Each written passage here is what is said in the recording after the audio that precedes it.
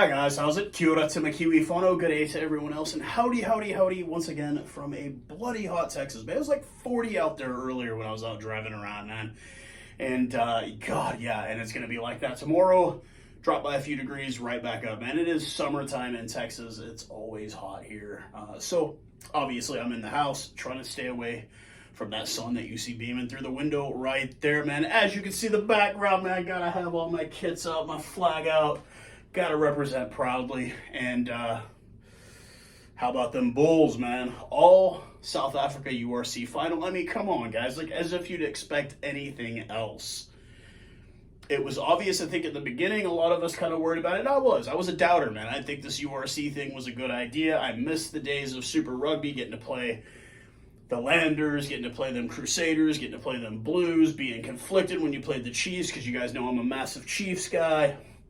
But yeah, man, Bulls Stormers final, man. Stephen Kitchoff, his beautiful red mane of hair. And, man, it's just going to be a good final. What a hell of a couple of good semifinal games, too. They came out really, really close. And, yeah, so we're going to see a all-URC South Africa final for that URC trophy, which is, yeah, it's something that's very phallic looking. I had to bring it up. Everybody's brought it up. I've seen a few memes about it. But that's not what this video is about, man. We got all kinds of playoff rugby, MLR. We already know who's going to be playing in the East. We're about to find out who's going to be playing in the West. Much, much later tonight, 10 p.m. Eastern time. I'm going to be dead asleep by that time, so I'm not going to even catch up. I have to get up and catch the scores in the morning, find out who's going to be playing them Boks in Houston the following weekend. And, yeah, it's going to be Rugby, New York, and New England. Who would have saw that one coming? ATL with the loss there.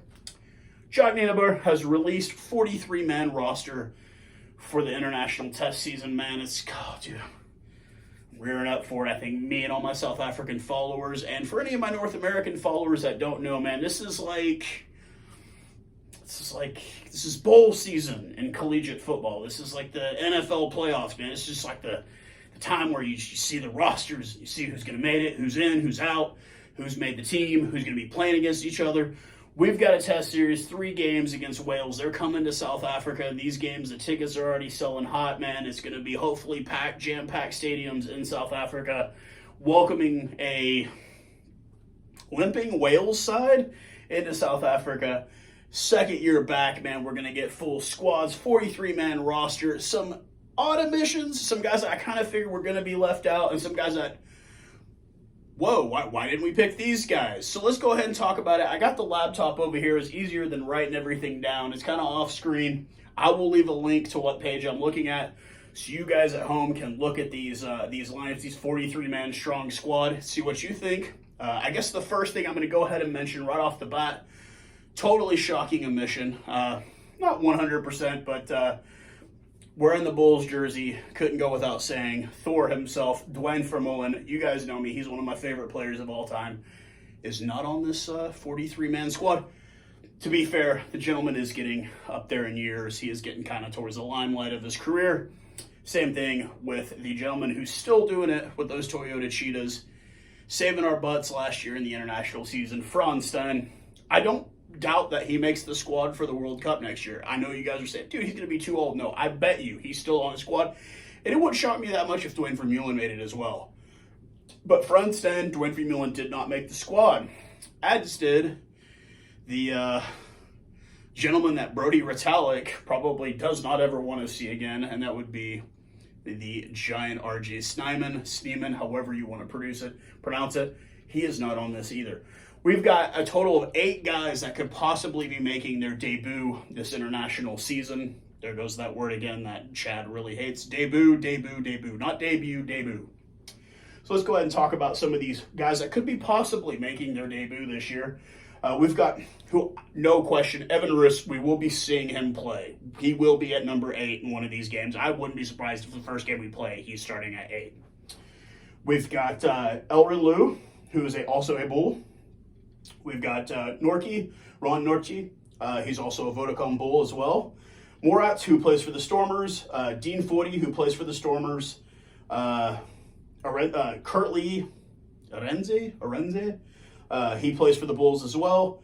Grant Williams and Machunu, who plays for the South Sea Sharks. These guys could all be possibly making their debut this year. Got to go ahead and come out and say, man, Jock, as opposed to the past, like last year when we announced it, we kind of looked at Rossi as the guy. No, Jacques Nienaber has been very, very vocal, like, hey, this is, if you got any questions about it, ask me. Don't go asking Rossi, ask me. And that's cool. That's what you want to see as your head coach. You want to see the guy say, hey, like, look, I know we look at Rossi as kind of the controlling power behind it all, but Jacques is kind of saying, like, hey, look, I'm the head coach. Rossi is not the head coach. Cool. Right on you, bro. So let's go ahead and scroll down and look at all these guys that ended up making the list. As I pan down here, we'll go through the props first. Obviously, no surprise, Thomas DeToy to prop. We got Stephen Kitsoff, the redhead. We got Vincent Koch, who's currently playing for Saracens. We got Franz Maherbe, who's playing for the Stormers. Machunu, who could make debut, like I said. Oxney Shea, another guy that I'm not surprised. And playing up with Racing 92, Trevor Nakane, one of my favorites, man. One of my favorites. Good meme this last year, him sticking his tongue out of the game. The hookers are Dweba, Malcolm Marks, and, of course, Bongi Manambi, who, both of those guys, those last two guys, solid. We already know what they're about.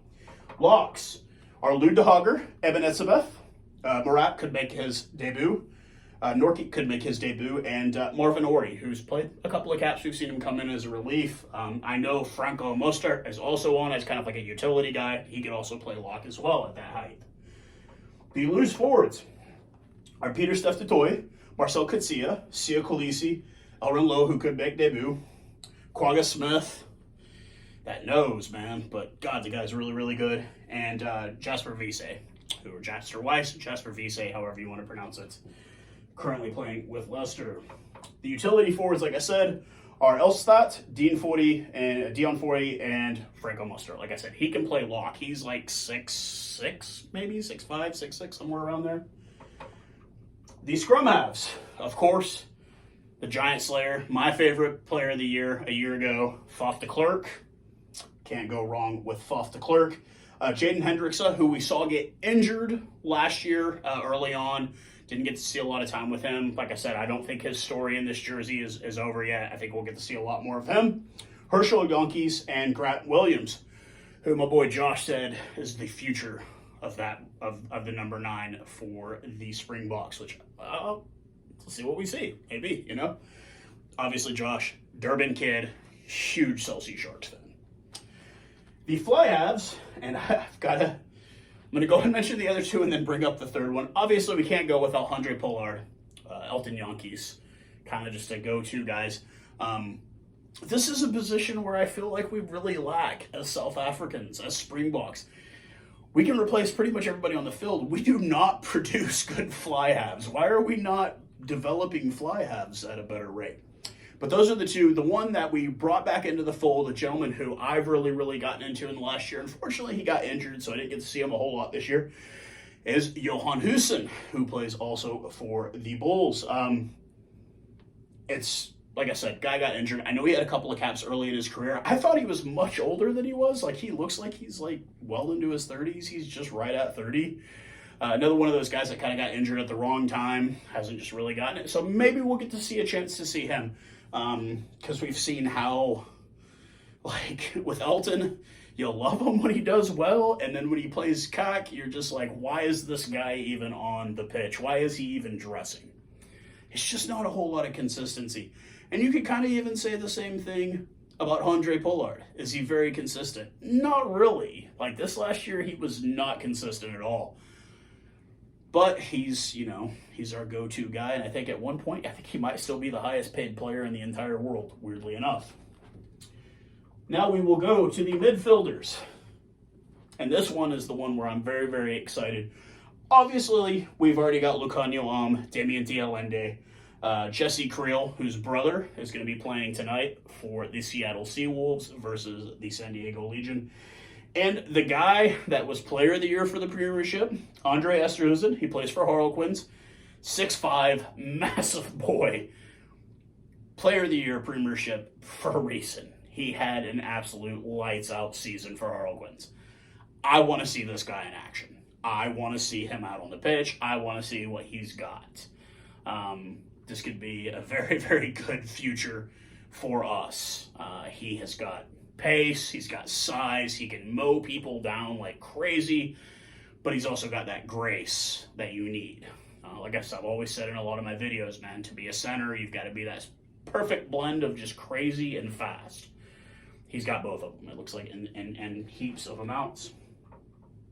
Then we go to our wings. Obviously, Fossey, Warwick-Gallant, the greatest ever, Cheslin Colby, Willie LaRue, who usually plays fullback, and Makazole Mapimpi. Obviously, we already know who we want to see. We want to see Mapimpi, and we want to see Cheslin Colby, but I'd like to see any of these other two guys get a chance out there as well, especially Fossey. I think he's really good. He just hasn't had a whole lot of chance.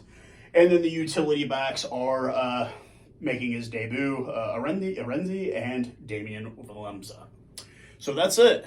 Like I said, no Franz Stein, no Sneeman, no Thor. It's going to be an exciting team to see out on the pitch. I really want to see the key guy. I really want to see the two guys are Esterhuizen, the center, and Roos at number 8. Man, I think both of these guys are the future for the Springboks. And you know what? I want to see Johan Hussen. I want to see them. If we're having kicking trouble, let's let Hussen make some of these kicks because he's very, very solid with kicking. And not having Frensten has to kind of like be the backup. Let's see what Hussen has. Let's see what he can do. You guys let me know what you think. Let me know if there's guys that you felt that got left out. Like I said, the big one for me was Sneeman was getting left out. That was the only younger guy that I really was like, this guy should get a chance. I don't know if he's still recovering from injury. I've seen some videos of him working out, punching. God, I would never want to get in a fight with that guy. Him and Etzebeth. I think Etzebeth even more just because Etzebeth is... I don't say much bad about that guy because I'm pretty sure he'd probably rock up and be like, what did you say to me, punk? That kind of thing, because that's a buff for you right there. Just a massive dude. And anybody that's been watching any of these doco series that have been coming out, which I cannot watch anyway legally, even if I get a VPN, it just doesn't work. I've been seeing clips on it posted online where you've got Eben in the locker room at halftime. Just, oh man, what a mountain of a man that guy is, and just like the drive that he has for success. But you guys let me know what you think. Like I said, I'll post the link underneath the video. You guys can see the article. This is on RugbyPass.com, so you should be able to look at it from anywhere where you're at in the world. And if I butchered any of these new guys' names, you can comment below and let me know, hey, yeah, you butchered their name badly. And I do apologize. Like I said, I am living on this side of the globe. It's kind of hard to hear some of these names sometimes. I don't really have access to watching URC, so unless they were playing in the Curry Cup this year, I probably didn't hear their name that much. So with that being said, guys, cheers. I'll be doing a video tomorrow talking about this latest round of Major League Rugby playoffs, the first round on the year, and kind of look going forward and talk about a few other things. But until then, guys, stay cool if you're in the Northern Hemisphere. Stay warm if you're in the Southern Hemisphere, and I'll talk to you guys again very soon. Cheers, guys.